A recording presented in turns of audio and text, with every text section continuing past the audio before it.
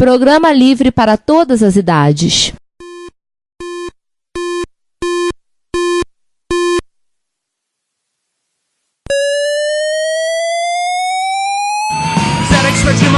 Dragon Vic and Oric 1, Commodore 64, Amsterdam and Acorn Electron, cheaper BBC Micro.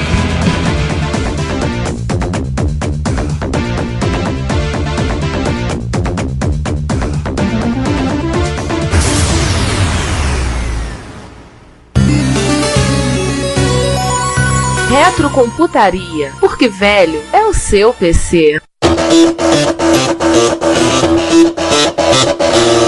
Bom dia, boa tarde, boa... Erro no disco? Não era fita? Cartão perfurado. Pô, tá tudo fora de ordem. Mas eu disse pra usar fita de papel, mas ninguém me ouve nesse podcast, né? Então vamos sem pauta mesmo. Puxando tudo da memória. E porque velho, esse seu Ultrabook, sem partes móveis e sem swing. With the Sultans, with the Sultans of Swing.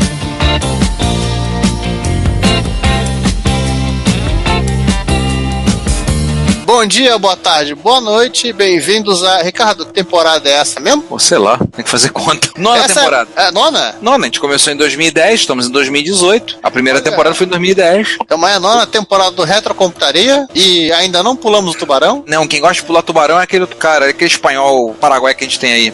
Sim. E aqui nesta mesa em formato de triângulo mesmo, né? De esquadro, eu, Giovanni Nunes e quem mais? Eu, Ricardo Pinheiro. E eu, César Cardoso. E pra começar a nossa nona temporada, assim, uma vertente histórica, né? Episódio 83. Nós vamos resolver pegar um pouco de história, brincar um pouco de History Channel, brincar um pouco de documentário. Peraí, se fosse History Channel, tinha que falar de aliens. A gente pode falar de aliens também. Deve ter aliens em algum momento dessa... Então tá. É que assim, eu sou da época que o History Channel tinha documentários sérios. Não sei se agora ele ainda é assim.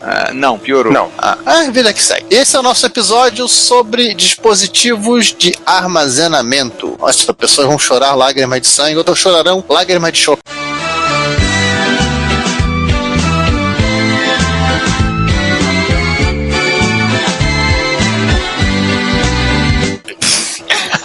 Bom, mas Giovanni, por que um ser humano normal e comum quereria armazenar dados? Olha lá, temos duas coisas que nos obrigam a isso, né? A primeira é para não ter que digitar tudo de novo, e a segunda é para que os computadores possam ganhar lá o selo de Turing compatível, de qualidade Turing. Já que é uma máquina de Turing, ela necessita ter a capacidade de armazenar as informações que ela trabalha, nem que seja temporariamente. Sim, e a justificativa de não, porque não quer digitar tudo de novo é bem plausível. Imagine você, criança aí, garotinho juvenil, tendo que digitar o Windows toda vez que você liga o seu computador. Eles já não querem digitar nem o trabalho, vai entregar para pessoas. Nem o login, né? Nem o login. Não, querem digitar login e senha. Cara, imagina digitar toda vez aqueles programas de 4 ou 5 páginas que apareciam na Microsistemas. O pessoal do Projeto Patinho Feio, lá o Garoto Juca, ele comentou isso numa apresentação que ele fez na primeira CCCP, no agora remoto ano de 2016, ele comenta que o Patinho Feio, ele tinha um bootloader que era digitado na base da chavinha, né? O problema é que às vezes as pessoas, elas digitavam sem querer o programa em cima do bootloader, então a máquina parava de funcionar. O mais legal, teve um cara que pensou assim, não precisa fazer um bootloader tão sofisticado, vamos fazer um mini bootloader, que é só para fazer o básico que a gente precisa e depois carrega da fita, para não ter que demorar tanto tempo. Até porque algum aluno vai botar um programa na área de memória que não deve, de novo. Não tinha proteção, né? Os PDP também tinham esse mesmo conceito de chavinha para digitar É por isso, né? Cada vez que ligava o computador, ia lá chamar o cara e ficar brincando de setar chavinhas, apertar enter, setar chavinhas, apertar enter. E isso é meio frustrante a médio prazo. Eu acho que acho que é bom a gente determinar, antes de tudo, qual é a diferença que a gente chama de memória de trabalho e memória de armazenamento de massa, pra gente dar sequência. A memória de trabalho é o que a gente conhece hoje em dia, exemplificando a memória RAM, e aí temos DRAM e SRAM, os registradores, memória cache e toda a memória de trabalho, caso que ela é altamente volátil e o conteúdo é alterado de forma fácil e rápido. O que a gente vai falar são dispositivos de armazenamento, né? Então, memória de armazenamento de massa, que aí é uma memória com armazenamento em grande quantidade, em comparação a outros, de um custo por byte armazenado muito menor, uma velocidade menor em comparação às memórias de trabalho. Alguns chamam com memória primária e secundária também. Então, há essa diferença. Nós vamos tratar das memórias de armazenamento de massa. Memória, como nós fizemos memória de trabalho, a gente vai falar talvez em outra ocasião, no futuro. Aguardem. Não confio muito na nossa memória, porque é bom lembrar, né? Perto da praça parte, né? Vamos começar talvez do primeiro dispositivo de armazenamento, ou por caso meio de armazenamento que a gente possa considerar, né? O papel. É a mídia de armazenamento de dados mais comum até hoje, talvez a mais empregada. Sim, desde a época dos escribas egípcios até a época do tiozinho que imprime o relatório que acabou de mandar pro chefe para guardar. Um meio de armazenamento todo mundo conhece, usa, porque o papel, afinal de contas, é agnóstico, né? Ele pode receber qualquer coisa, qualquer formato, inclusive aquele monte de insanidades que os alunos escrevem enquanto os professores estão cuspindo conteúdo na cara deles. Gente, perdoem o Ricardo, que ele tá ainda se recuperando das férias escolares do quarto bimestre. O pior de tudo é saber que ainda não acabou. Por conta do ano da minha escola, que só ter começado no meio de maio, eu não vou ter a terceira etapa inteira pela frente para aturar eles.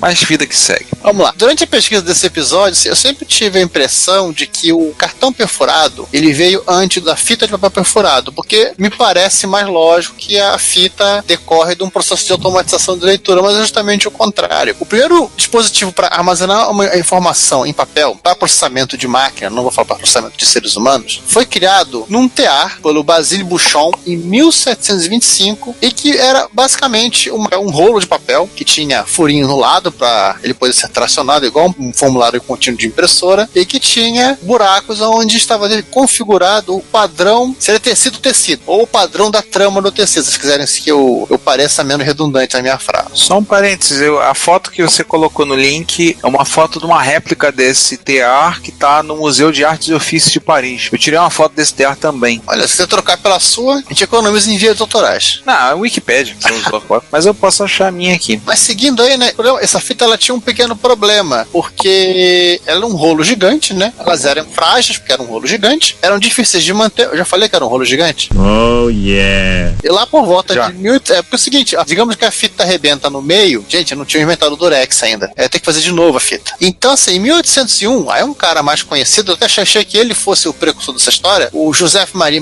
Jacquard, que é o cara que inventou o tecido Jacquard, ele criou um TA que, muito parecido com o conceito do Bouchon, porém, ao invés de ele ter uma fita contínua de papel, ele separou a fita em pedaços e amarrou cada um dessas tiras, que eram cartões de papelão, em uma sequência. Ou seja, ele inventou a string. O lado bom disso era, se um cartão arrebentasse ali, você só teria o custo de reproduzir aquele cartão que arrebentou e desamarrar ele da cadeia e colocar o corrigido no lugar. E também facilitava, né? Porque você poderia mudar o padrão da estamparia fazendo esse tipo de ajuste, essa reorganização dos cartões dentro da fita. Isso significava que Jacquard criou o conceito de string. E essa ideia da fita de papel, nesse sentido, acabou evoluindo, né, no século XIX para as comunicações, telégrafo e outros precursores, e se desenvolveu nas telecomunicações como um todo. E, obviamente, foram parar um dia dentro dos computadores. É bom lembrar que você vê um podcast sobre papel perfurado, nós resumimos um pouco a história. Estamos falando de telex, teletipo, estamos falando dos mini computadores da Dell que recebiam rolinhos de fita de papel com o código para fazer bootstrap e outras coisas, e por aí vai. E claro, o Bitbucket, que é uma coisa que eu não conhecia, também veio aparecer aqui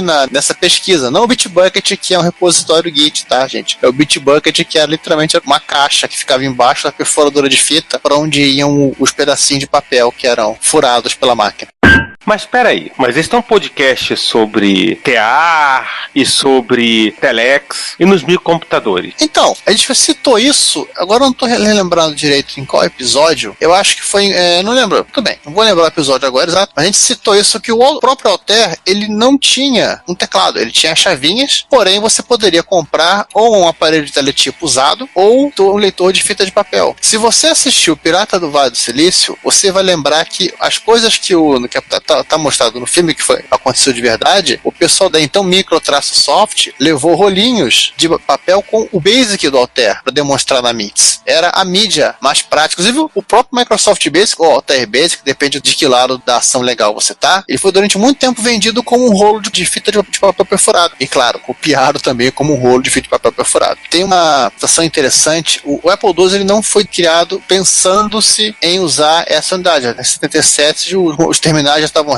suficientemente baratos para você dispensar o uso de uma unidade de teletipo no computador. A primeira versão do Apple II, lá em 77, ele foi originalmente escrito em cartão perfurado, já vamos falar deles, foram transferidos, né, uma fita de papel em um mainframe da National Semiconductor, pelo cara que foi contratado para fazer o Apple II, e que foi, primeiras versões de bootstrapping, ele foi bootado literalmente por um leitor de fita de papel que o próprio Walsh teve que construir para ligar no Apple II. E aí vem um ponto importante lembrar, sim, durante muito tempo, e nós demos 2 exemplos, a fita de papel perfurado era a grande ferramenta que você usava para dar o bootstrap nas máquinas. Só entrou em desuso a partir do momento em que o preço da ROM caiu e o preço da EPROM para gravar ROM também caiu. E que ficou muito mais em conta você ter uma EPROM no equipamento do que você ficar lá tendo que usar a sua simpática leitora. Você tem que ter uma leitora e também uma perfuradora de fita de papel, né? Não um dispositivo que era único, é uma coisa ou outra. Isso significava muito mais espaço que você tinha que ocupar.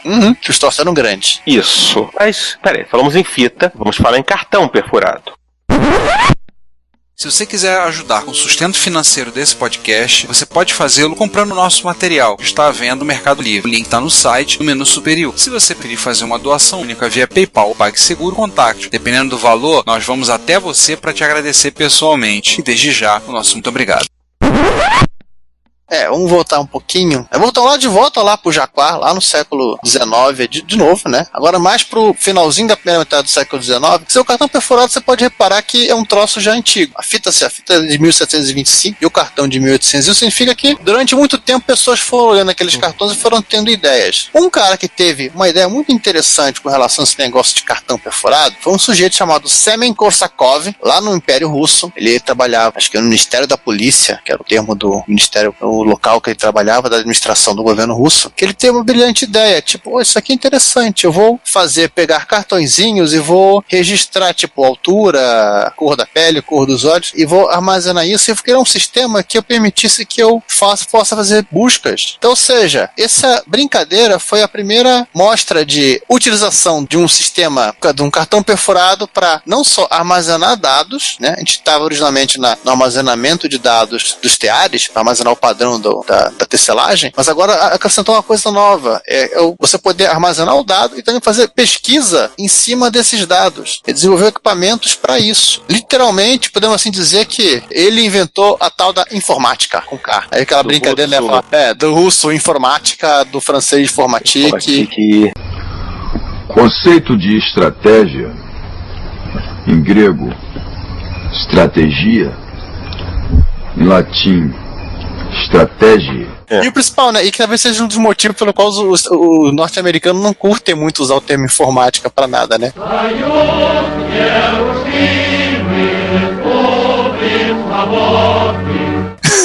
Não.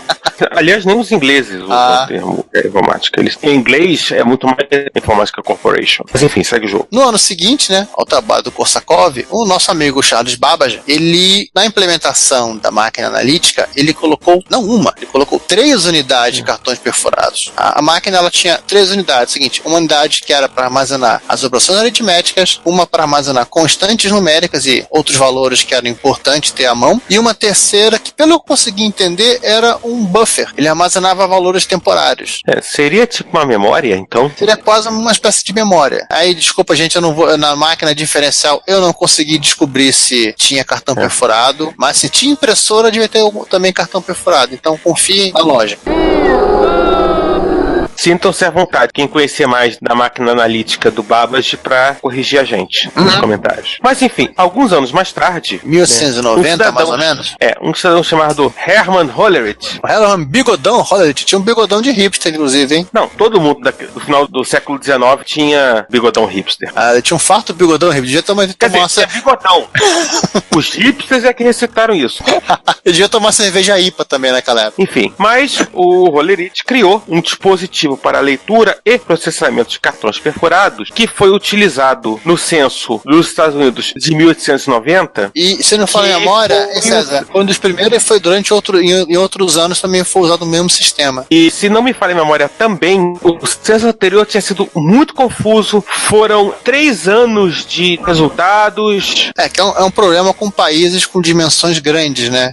E aí, o censo de 1880 demorou 8 anos para ser totalmente processado. Ou seja, quando ele terminou, já estava quase na época de preparar o próximo. E o censo de 1890 demorou só 6 anos para ser processado. 2 anos a menos é uma diferença brutal. Mas, tanto. Aliás, o Hermann Hollerith, ele acabou patenteando essa máquina dele, acabou vendendo para vários lugares, para tantas outras diversas funções. E lá por volta de 1911, ele tinha lá a empresa dele, a CTR, com outras 4 empresas, ele fundaram uma empresa também com nome de 3 letras, né? E que existe até hoje, que é a IBM. Deixou lá o primeiro dos Watson tomando conta. O cartão perfurado até hoje é utilizado nos mainframes? Hoje, logicamente, não fisicamente. Mas assim, vou te falar uma coisa, se você conseguir espetar uma leitura de cartão perfurado no mainframe recente, se tiver porta, se tiver interface, você vai conseguir acessar. Tem drive. E, além disso, também foi utilizado em mini computadores. Talvez em um volume um pouco menor, até porque os minis tinham que ser menores, né? E a fita proporcionava essa economia de espaço, mas também foi usado nos minis. Nós temos um link aqui de um material bem interessante da Burroughs, as unidades de perfuradora de cartão da Burroughs. E, no momento, vamos precisar de algo menor, né? Para todo mundo entender com calma o porquê que seria muito interessante uma tecnologia mais compacta de armazenamento de dados. Tem essa foto simpática aí, César, né? De uma pilha contendo 62.500 cartões perfurados e que armazenam aproximadamente 4,5 MB. Vamos precisar de algo menor, né? Só para lembrar, o cartão perfurado armazena, se não estou enganado, exatamente 80 bytes. Bom, mas não é o caso do próximo alvo, que esse não era bem o armazenamento corporativo dos grandes computadores, dos grandes mini computadores e dos teares, né? Esse era uma coisa mais do nosso mundo. E também a gente considerar como um sistema de armazenamento. Exatamente. O caderno. Esse caderno aí. Justamente esse, assim, que joga a primeira borracha, aquele que nunca escreveu programa num caderno para depois digitar no computador, ou pior, isso eu fiz várias vezes, escreveu um programa no caderno porque você estava armazenando o programa que você digitou, que você acabou de criar, num meio mais seguro. Bom, exemplos famosos, né? Exemplos clássicos, né? A primeira versão do Integer Basic para Apple II foi escrita no caderno de voz. Do Apple I. Ele conta na biografia dele que ele escrevia em assembly de um lado e já ia fazendo no outro lado a montagem. E tem, né, também o histórico que é nacional, né? O Tadeu Coringa com o Em Busca dos Tesouros Perdidos, que o caderno dele tem literalmente o histórico do projeto. Tem a história muito mais próxima da gente, né? Essa foi uma história que o Alexandre Beckman contou pra mim, eu não lembro agora em que situação estava conversando, e ele contou assim na juventude dele de jovem campineiro, que ele e o pessoal, os colegas, eles literalmente tiravam xerox de programa de revistas ou de livros das bibliotecas e levavam para trocar, para fazer distribuição de software num ponto de encontro que era uma banca de jornais no centro de Campinas. Eles não trocavam fita, eles não trocavam disquete, eles trocavam programa xerocado. E certamente alguém deve ter alguma história dessas de troca xerocado. De novo, todo mundo em algum momento, tipo, tinha um caderno do lado para escrever. Alguma coisa em Basic, ou alguma lembrança, ou alguma coisa do que eu queria fazer. Eu tinha do lado. Ou programa inteiro, né? Ou programa inteiro, ou de repente algum você tinha passado, você anotou e colocou do lado ali do teu computador para jogar. Caderno serve pra um monte de coisa. Aliás, eu tenho bem claro isso. Um dos programas que vieram nas várias fitas do MC1000 é um programa de estatística. Ele é o de... agora tá falhando a memória no nome do programa. Desvio padrão. Fazer cálculo de desvio padrão. Esse programa, eu listei ele na tela em 32x16 e fui anotando num caderno. Literalmente eu imprimi no caderno o programa. Tanto que um tempo depois eu peguei esse mesmo programa e eu digitei ele no MSX. Aliás, falar em caderno, fazer uma menção honrosa, né? Um outro muito parecido são as revistas revistas. Quem nunca digitou, né, um programa que saiu na Microsistemas, na Input, né, sei lá, a CPU. Em qualquer canto, né, Ricardo? Em qualquer canto. Pois é, né? Onde mais, né? Lembre-se que eu sempre falo, as revistas em papel, a Microsistemas era o GitHub da época. E era mesmo. Bom, mas segue o jogo, né? A tecnologia andou, ou melhor, a tecnologia rolou um pouquinho. Vamos falar de fitas magnéticas. Olha, agora pessoas choram. Quer dizer, algumas pessoas vão chorar, outras pessoas vão jogar caco de vidro e deitar no chão. Não, alguns choram de desespero, outros choram de alegria, né? A fita magnética, né? Aquela foi originalmente criada para a gravação de som, óbvio, por um sujeitinho chamado Fritz Schirmer, lá em 1928. De nada. Lá em ano de 1928, para gravação de som, né? E consistia de uma aplicação de uma camada de óxido de ferro para ser magnetizado em uma fita de papel. E assim, desde o seu lançamento, as fitas magnéticas elas foram utilizadas talvez por mais de 50 anos, nos mais variados formatos de cartucho, caixa, rolo, as mais diversas finalidades, né? Não só a gravação de áudio, vídeo, dados, ou qualquer outra coisa que você tivesse com vontade de gravar na fita cassete. Alguns até fizeram chá. Alguns fizeram chá com a fita e beberam, né? Tem louco pra tudo nesse mundo. Bom, em geral, fitas magnéticas, elas foram utilizadas em mainframes e em mini computadores. Cada um tinha a sua unidade específica para o armazenamento de grandes quantidades de dados. Uma das imagens icônicas e clássicas de computadores nos anos 70 e 80 eram mainframes executando alguma coisa com a fita magnética rodando. Meu Deus, executando um job, pegando cada um e lendo o registro daquela fita e gravando em outro. Aliás, essas unidades aí, essas de mainframe precisamente, também de mini computadores, elas têm uma diferença gritante com relação às fitas que nós usamos dos nossos computadores pessoais. É o seguinte, o computador ele tinha capacidade de mandar a fita avançar, isso é o nosso também fazer, né? Mas também voltar. Vocês falando de fita, eu só gostaria de lembrar a famosa frase do Andrew Tannenbaum, que é: nunca subestime a largura de banda de uma caminhonete cheia de fitas voando pela estrada abaixo. Era um trem? Ele tem aumentado o meio... Não, era uma caminhonete e as fitas que ele fala, inclusive, eram as fitas de 9mm, que era aquela fitona que todo mundo viu, qualquer cena aparecendo no TV ou no cinema dos anos 60, 70 de computadores, aquelas unidades com as fitas girando pro lado e pro outro. Com o tempo, depois elas foram se protegendo melhor em cartucho, né? O computador pessoal eles já foram direto pra fita em cartucho. Sei de história de gente maluca que usou em computadores pessoais aquelas fitas de rolo mesmo, de gravadores profissionais, que o cara tinha a mão. Não, existia o aparelho, eu vi leitores de fitas de 9mm para PC. Olha. Aí imagina, né? O móvel conseguia ser maior do que um PC XT, que já era uma coisa grande. O César falou de memória de armazenamento, assim, não só o backup, não só os dados de trabalho ficavam nisso. Tem uma aplicação para fita, aí agora nós vamos verter lágrimas nisso, né? Que era enviar o sistema operacional. Sim, era o caso do Sharp MZ, né? Não, tô falando dos mainframes e minis. Por exemplo, no mainframe, você recebia a fita, o rolo de fita com a atualização do sistema operacional, e o que você tinha que fazer era ter o cartão perfurado para fazer a carga daquele programa. E aí sim, esquece. O próprio Unix, o Unix e o BSD Unix, o Unix de Berkeley, mas também o Unix comercial era vendido numa unidade de fita, a TT mandava, né? E o Unix de Berkeley era diferente, né? Ele só falava assim: você quer uma cópia? Manda pra gente a fita, a gente grava pra vocês e manda de volta. E mais recente, né, os Unix no final da década de 80, começo da década de 90, que se comprava para PC, Xenix e até o Amiga Unix, ele vinha em fita. Você pegava o seu Amiga 3000, você tinha um disquete boot, você tinha uma fita de backup, você colocava na unidade SCSI do seu Amiga 3000, que tinha um leitor de fita, botava o disco de boot e também inicia a instalação e vai fazer outra coisa, que demorava. Com certeza. É mais ou menos assim que nem uma atualização do Windows 10, né? E nos mini computadores, né? Nos micro, né? Micros. No micro tem o caso do Sharp MZ, né? Que o bootstrap tava na fita. Mas aí, um detalhe, aí já estamos falando de fita cassete. Sim, aí já vamos pra fita cassete. Né? Fita cassete inventada pela Philips em 62 e que em 68 foi lançado no mercado e a partir daí dominou o mundo. No caso dos microcomputadores, no caso, por exemplo, o Sharp MZ, a fita era um bootstrap, ou seja, você ligou o computador, ele entrava no monitor e a partir dali você tinha que carregar o interpretador BASIC. Igualzinho como era no Apple I. Ou seja lá o que você quisesse. Você puxava lá e carregava para memória. E assim, durante muito tempo, a fita ela foi o dispositivo de armazenamento padrão de microcomputadores. Sim. Em 75, a revista Byte Raiz, né, organizou um evento, diversos fabricantes da época. Você chamou a MIT, chamou o pessoal esqueci. Da Insight?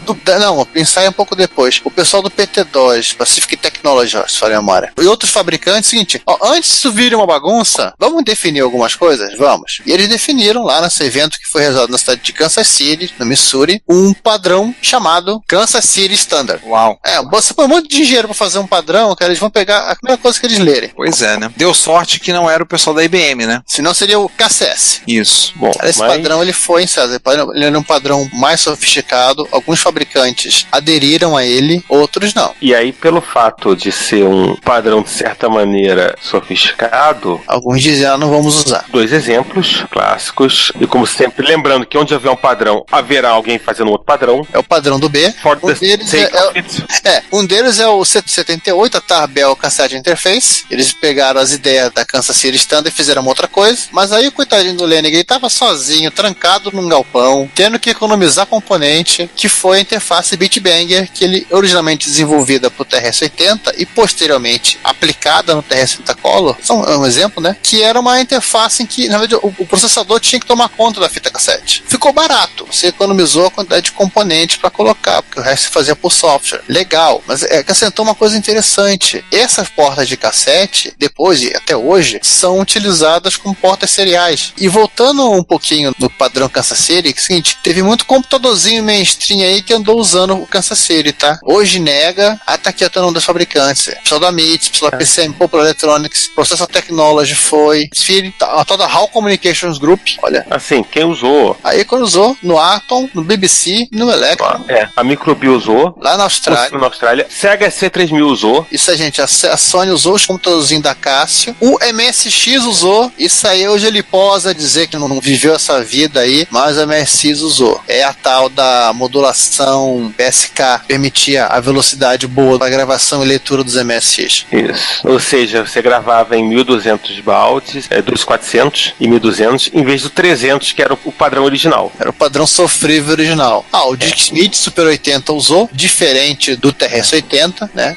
Roland TR-707, pra quem gosta de música. Casio, o PT-50, o teclado. Olha, um teclado musical que você gravava fita cassete com programa. ABC-80 é um computador o Tangerine Microtan, né? Por aí vai. Essas coisas bizarras pré-Trindade 77. Mas o importante é que a gente tá aqui jogando o nome do MSX na lama, lembrando que ele usou um padrão, que é um padrão até antigo, né? Já era um padrão antigo. Uma das coisas da época, provavelmente justificava uma velocidade bem conservadora, era o fato de que, a qualidade das fitas cassete era uma... Como é que o David Welch colocou no livro? Ele cita parágrafo do próprio manual do TRS-80, no livro dele, ele e a esposa escreveram o Prime in the Pump, que ele fala assim, que o manual TRS-80 reflete a péssima qualidade das fitas, do processo de armazenamento em fita, para se dizer, né? E advertia, vários usuários fazem uma segunda ou uma terceira gravação na fita, só para ter certeza de que eles têm uma boa gravação, que eles armazenaram perfeitamente os dados. E o manual ainda sugeria que você comprasse umas fitas que a Radio Shack vendia, que eram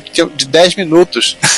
Literalmente você gravar apenas um programa por fita, você não colocar todos os ovos na cesta. E lembrava os usuários, óbvio, né? Pra deixar a fita passar até daquela parte transparente e só gravar na área que já tinha o produto. Mas aí tem um detalhe também que a gente tem que lembrar, que nos anos 70 houve um avanço muito grande na qualidade da gravação, na qualidade da fita cassete. A qualidade da fita cassete era muito ruim nos anos 60, vai melhorando, e aí quando ela passa tanto o OpenReel como o 8-Track, quando a qualidade aí no final dos anos 70, início dos anos 80, começa a melhorar. Quando você tem as fitas de melhor qualidade, quando você tem as fitas de metal, como eles chamam, né? Que são fitas relativamente confiáveis. As de ferro, as de cromo, né? As de ferro de cromo. Mas aí em 77 ainda estava no meio desse processo. E era pros fortes. Você tinha que literalmente gravar com alta disponibilidade. E fora a interface do TRS-80, que era uma interface, foi o que deu. Se vocês gostaram, gostaram. Se não gostaram, que se dane. Não era nenhuma maravilha. Aliás, assim, voltando aí ao nosso foco de microcomputador, né? Vamos falar obviamente, a unidade de fita magnética que foi utilizada por padrão neles, que é a fita cassete, o cassete comum. Em alguns modelos específicos, aquele mini cassete, que também foi usado em secretárias eletrônicas. Isso. Equipamentos de dado, de gravação de voz, gravação. Mas era ligado de um cabo específico, famosas entradas EAR-MIG, algumas vezes a REM. Que era para que o computador pudesse quebrar o galho e segurar a fita por alguns instantes. Alguns fabricantes endossaram um gravador oficial, né? Elas fabricaram, ou assim, no caso encaixotaram um gravador cassete comum, o jeito, com as cores e formato do computador que elas vendiam, como por exemplo o Datacorda da Gradiente e o Datacorda que outros fabricantes venderam também. Outros fabricantes resolveram fechar a porteira literalmente e criar um equipamento específico, por exemplo o Dataset da Commodore, que você tinha que comprar o gravador da Commodore, ponto final. Você tinha todas as opções do mundo, era o Dataset ou não era o Dataset. O mesmo também valia para o Atari 8-bit. Ou pior, né, no caso dos Thompson franceses, o sistema de armazenamento que era completamente diferente. Em vez de ele gravar áudio, ele gravava literalmente os bits na fita. Hoje em dia, para você ler os dados de um tom, você tem que ter um conversor de sinal, né? E por último, mesmo assim, não menos importante, né, os gravadores de cassete que foram internalizados logo no equipamento. A própria Commodore, ela lançou essa ideia com o PET, mas isso foi seguido por diversos outros fabricantes em diversas outras linhas, em diversos países, em diversos períodos do tempo, não só no CD7. A Amstrad, ela usou isso no Sinclair, né, no CPC e no Sinclair, alguns anos depois. A Sharp usou já no final da década de 70, começo da década de 80, na série MZ. Os Epson, aqueles Epson miudinhos, eles tinham aquele leitor de microcassete, que também era um computador portátil. Alguns modelos de MSX, como tem o modelo da Sony, se não for memória agora, qual modelo da Sony eu não sei, tá? Eu não sou especialista em MSX. Que vinha também com cassete embutido. Tem também um modelo da National, ou da Sanyo, ou os modelos das duas, que já veio com cassete embutido, que tinha uma coisa muito boa do cassete embutido, que você não ficaria tentado a gravar seus programas com o cassete ligado com pilha, né, César? Pois é, né? Isso acontecia direto, e até os manuais falavam, por favor, use pilhas novas para garantir a velocidade constante do motor de gravação e leitura. Mas enfim, como você mesmo falou, né, as unidades começaram a ficar mais sofisticadas, com melhor qualidade, mais confiáveis, e também começaram a surgir outros invólucros diferentes, né? Isso. Se você quiser enviar um comentário, crítico, construtivo, elogio ou contribuir com as erratas desse episódio, não hesite. Faça! Nosso Twitter é @retrocomputaria, nosso e-mail é retrocomputaria@gmail.com e nossa fanpage é facebook.com/retrocomputaria. Ou deixe seu comentário no post desse episódio em www.retrocomputaria.com.br. Como sempre dizemos, seu comentário é nosso salário. Muito obrigado e até o próximo podcast. O mais famoso dele é o microdrive do ZX Spectrum. Ele era um pouquinho maior que um cartão SD, não a unidade, o microdrive. Ele consistia de um rolo de fita sem fim, ou seja, a fita ela não tinha aqueles dois rolinhos, ela era um rolo que se emendava e que armazenava, eu não sabia disso, eu descobri recentemente agora, né, pela pauta, a bagatela de 85 KB de dados. No ZX Spectrum e no QL, né. Assim, como era uma fita que ela era um pouco mais rápida que a fita cassete convencional, ela estava constantemente girando, você poderia fazer coisas loucas, como por exemplo de pedir o diretório da fita, que o computador começava a ler a fita e passava todos os cabeçalhos de arquivos gravados dentro dela. O que já era uma diferença, né, que era bem interessante. Uma outra concorrência, obviamente, né, onde sempre existe um padrão, alguém vai criar outro, o Alpha Drive era uma unidade de fita sem fim também. Era um pouco maior. O formato era um pouco maior e cabia até 128K. Dá pra gravar um jogo já. Já conseguia, né, gravar um jogo. A gente fez um post, vamos relembrar. No Mais Que Remoto, ano 2014, vamos botar esse link lá. Dos mesmos criadores do Alpha Drive, também teve o Quick Disk Drive, que era o Alpha Drive, que era a mesma unidade, só que vendida para outros computadores. Aí ela teve disponível pro Commodore 64, eu acho até que teve pro MSX, essas coisas bonitas. Realmente parecia mais frágil do que o microdrive, né? E era um troço que parecia que seria realmente o futuro, né? Olha, você tem uma coisa coisa muito mais barata, porque nessa época as unidades de drive de disquete ainda eram absurdamente caras. Era a tecnologia do meio do caminho, né? Não é aquilo, mas já tá um pouquinho melhor. Acho que falando dessas tecnologias do meio do caminho, né? Tem aquela coisa que eu não conseguia uma explicação fácil como é que sobre ela, e nem assim ninguém que me explicasse direito. Mas eu sei que ela existiu. Tal da interface digital leitora de fitas para MSX. E que foi uma invenção só nossa. O pessoal não contente lá com o Kansas City Standard resolveu fazer uma outra interface para MSX que parece que ela permitia 4800. Quem tinha falava que era quase um drive. Para com essa sacanagem! Assim, carregadores rápidos de fita existiram para praticamente qualquer micro. Não foi uma exclusividade do MSX. Mas essa unidade era uma interface específica que vendia, que só existiu no Brasil. Não lembro agora quem era o que fabricava. E esse carregador, já antecipando, né? Sempre se procurou uma maneira de acelerar o carregamento. Era da Orion Soft. Só para citar, ela foi fabricada pela Orion Soft. Ela é meio rara porque você tem pouquíssimas informações sobre ela, você não tem mais muita especulação hoje em dia. Aliás, se alguém está ouvindo e teve uma, quer contar, desmontou, quer contar aspectos relacionados a ela, nós aceitamos com prazer. O que eu lembro, assim, eu lembro nessa época, um colega que ele tinha uma, ele vendeu quando ele comprou o drive no Expert dele, e ele falou o seguinte, colocou a venda e já vendeu, assim, nem chegou a esfriar. Tamanha era o desespero das pessoas por tê-la. Estamos em 2018, né? E a fita cassete ainda continua sendo utilizada, óbvio. Essa é aquela coisa, né? Para alguns computadores clássicos, ela é a única opção que tem. Por exemplo, o MC1000 tem a interface que o Truco desenvolveu. Por exemplo, tem diversos outros computadores, seja o MC10, que também um fã desenvolveu uma interface de disco para poder carregar, mas tecnicamente ele só tem fita cassete, MC10, Mattel Aquarius, tecnicamente o MC1000, mas precisa dele ter uma interface. ZX81, se for considerar assim, ZX80 e por aí vai. Você vai ver que tem uma série de computadores que, se a fita cassete não pode ser não só ou a única opção, ou a opção mais em conta, porque qualquer outra coisa que o usuário precise vai ficar muito caro. Ou muitas vezes inviável. Tem essa também. Muitas vezes existe uma questão até da viabilidade técnica de você fazer isso. E em muitos micros realmente não há outra maneira de trabalhar a não ser com fita cassete. Né?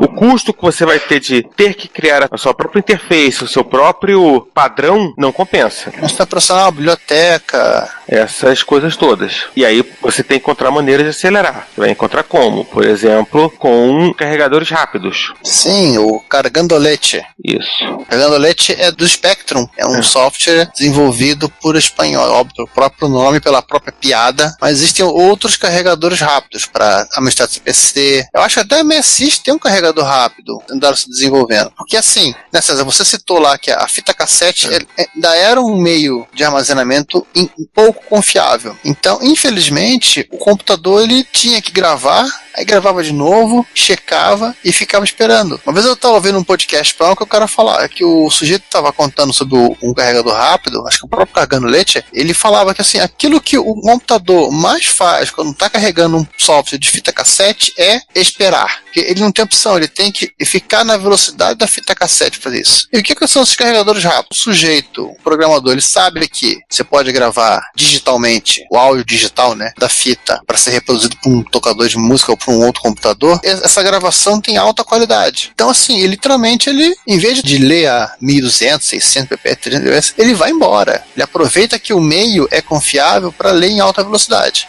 Ou até fazer piadas. Você tem uma brincadeira, tem esse vídeo no YouTube, se souber usar o Google, você consegue achar que é um cara mostrando um ZX Spectrum carregando um programa de fita cassete e tocando música ao mesmo tempo. E em muitos casos, o próprio pessoal de Loader de jogo aproveitava isso.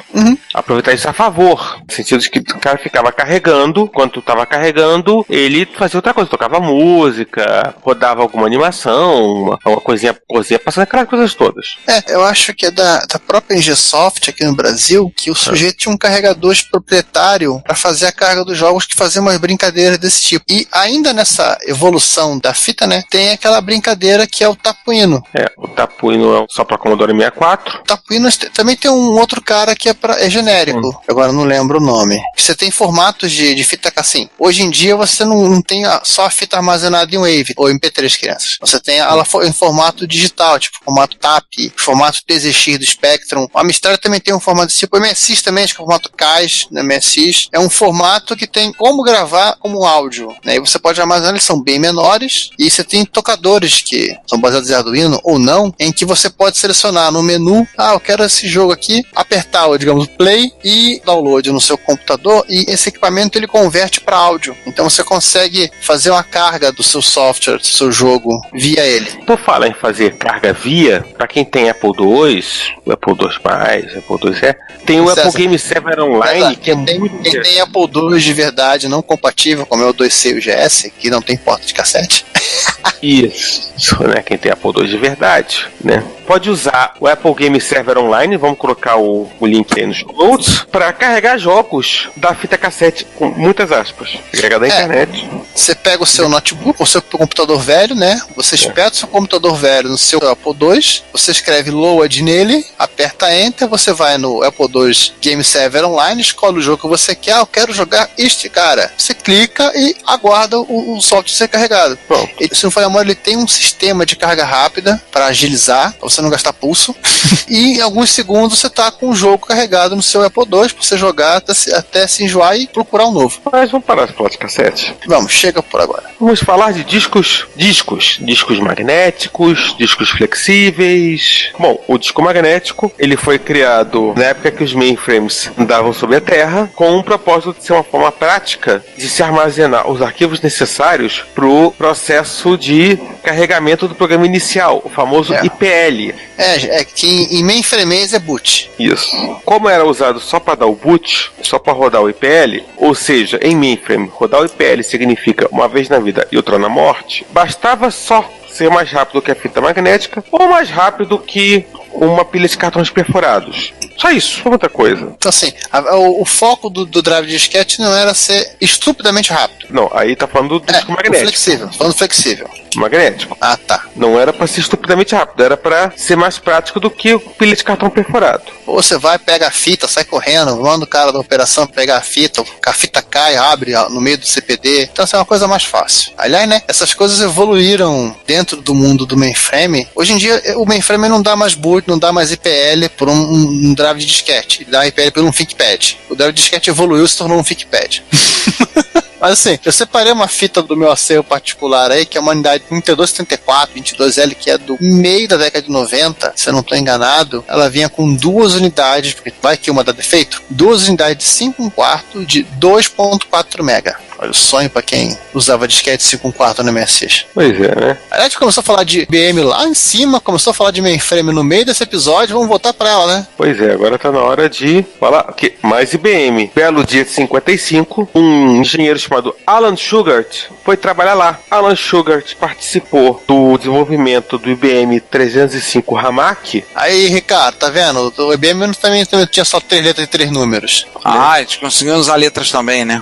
Também. O primeiro computador disponível comercialmente com unidade de disco magnético com memória de massa e também o acionador de discos flexíveis. Sim, o senhor Alan Sugar foi o inventor do drive de disquete. Em 69, ele vai para a Memorex, onde ele desenvolve unidades de discos compatíveis com IBM. Peraí, César, compatíveis coffee.